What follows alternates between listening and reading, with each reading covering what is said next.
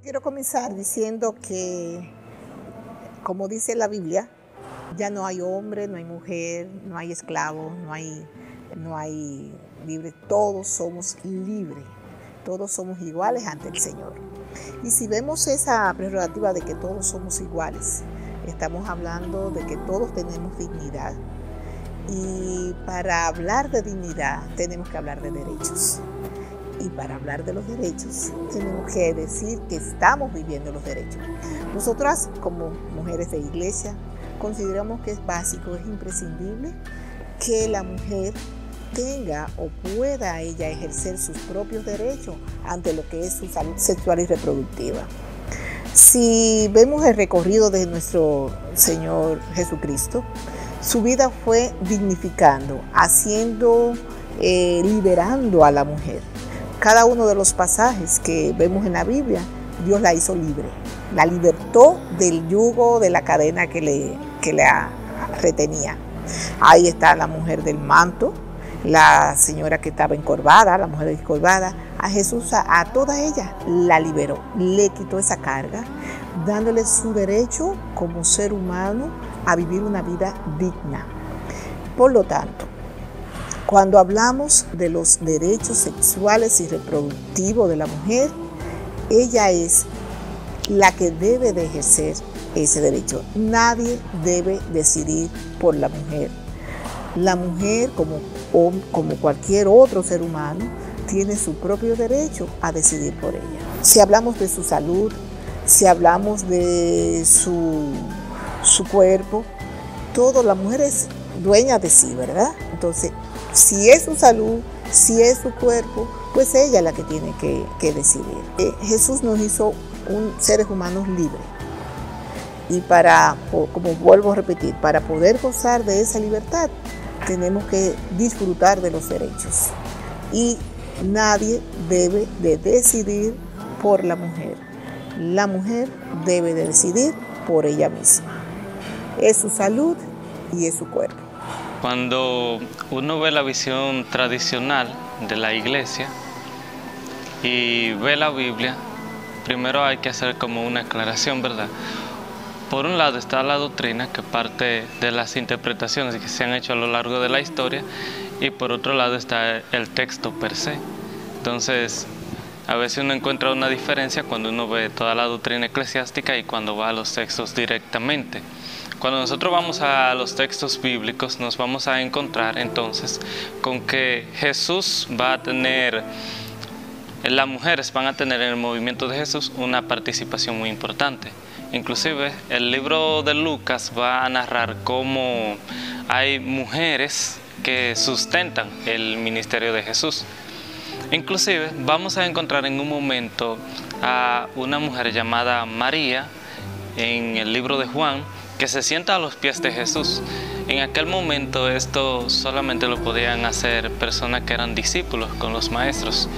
Y por lo que podemos decir entonces que tenemos en el siglo I mujeres que eran discípulos de Jesús, pero que posteriormente los textos van a invisibilizar ese ministerio de mujeres como discípulos. También vamos a ver, por ejemplo, a la misma María Magdalena, después que Jesús resucita, que ella es la primera que es enviada, es decir, la misión del apóstol. Lo que quiere decir que también encontramos mujeres, no solo como discípulos, no solo mujeres que sustentan el ministerio de Jesús, sino también mujeres que van a ser los primeros en ser enviadas a proclamar la resurrección de Jesús. Lo que va a suceder es que con el paso del tiempo, ese trabajo de la mujer y esa misión va a ser invisibilizada. Y quisiera poner un caso, por ejemplo, hay una mujer llamada Febe en el libro de Romanos que dice el texto que en griego que es diáconon. Pero luego en la historia de la iglesia vamos a encontrar como diaconisa. Diaconisa era la que limpia la iglesia. Diácono era el que dirigía la comunidad de fe. Es decir, son dos ideas muy diferentes. Lo que implica es que en el siglo I la mujer tenía una participación muy importante en la iglesia, pero luego en el proceso de la historia de la iglesia esa visión de la mujer va a ir cambiando. Un ejemplo más podría ser el término del Espíritu Santo. ruach en hebreo, que es un término femenino, pneuma en griego, que es un término neutro, y spirit en latín, que es un término masculino. Es decir, cuando se pasa a la traducción latina, vamos a encontrar entonces cómo se va a masculinizar el término del Espíritu Santo. Es decir, que si pudiéramos ver los textos tal cual, desde cómo se escribieron, vamos a encontrar en la figura de Jesús una opción por la mujer y además las bases para hablar en favor de lo que es la mujer y del derecho de la mujer desde los mismos textos bíblicos. Por demás está citar, por ejemplo, el libro de Génesis, su capítulo 1, que es el primer relato de creación, donde nos dice que Dios crea al ser humano y los crea varón y hembra. Cuando vamos al capítulo 2 encontramos que Dios crea al hombre y le saca a la mujer de la costilla, que es el segundo relato de creación. Son dos relatos muy diferentes, pero en uno nos damos cuenta que hombre y mujer vienen de Dios, en el otro vemos a la mujer saliendo del hombre. Y desde luego, cuando vamos al Nuevo Testamento, Jesús cita el capítulo 1 y Pablo cita el capítulo 2 para decir que el hombre es mayor que la mujer. Entonces, hay que ver esas diferencias, es decir, hay interpretaciones dentro de los mismos textos, pero cuando analizamos este caso, Jesús siempre va a optar por verlo tanto hombre como mujer, es decir, al mismo nivel, no al hombre por encima de la mujer.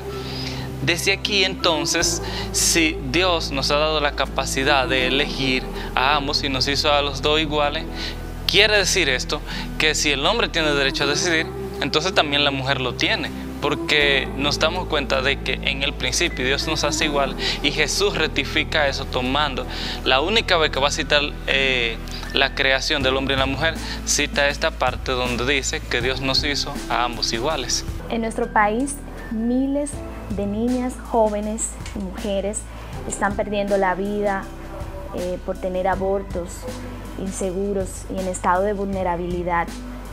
Están muriendo por causa de tener embarazos no deseados, de fetos que vienen ya con malformación, niñas que fueron abusadas, violadas y también niñas y jóvenes que han tenido algún caso de incesto.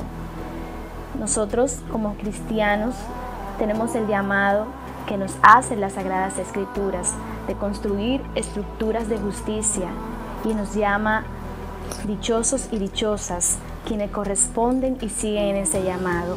Nosotros y nosotras queremos que los congresistas tomen decisiones con razón y con justicia, con equidad y con respeto hacia la mujer. Ya no queremos que más mujeres sean víctimas de políticas que la llevan a un estado de vulnerabilidad. Cuando veo casos de niñas que han sido abusadas y que su vida está en peligro y no pueden interrumpir el embarazo por causa de la penalización del mismo, me apena y me da muchísima tristeza el hecho de que ¿qué haría Jesús si estuviera frente a esta mujer? Yo estoy segura que el Señor optaría por su derecho, por el derecho de ella a decidir.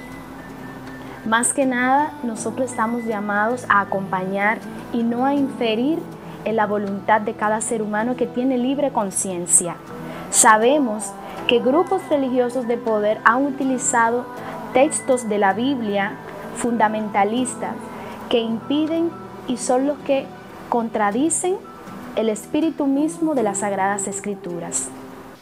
Es importante destacar que la mirada que nuestra iglesia le da a las mujeres no hace mucha justicia a todo lo que nosotros conocemos, que nos relatan los textos bíblicos, como por ejemplo que al lado de Jesús habían bastantes mujeres acompañándolo. Igualmente Jesús confiaba en las mujeres a un nivel tal y sobre todo por su lealtad, porque si nos fijamos bien en la historia como nos la cuentan, a pesar de que no nos hace mucha justicia, pero podemos observar que las que estuvieron con Jesús desde el primer momento hasta el último suspiro de Jesús en la cruz fueron las mujeres.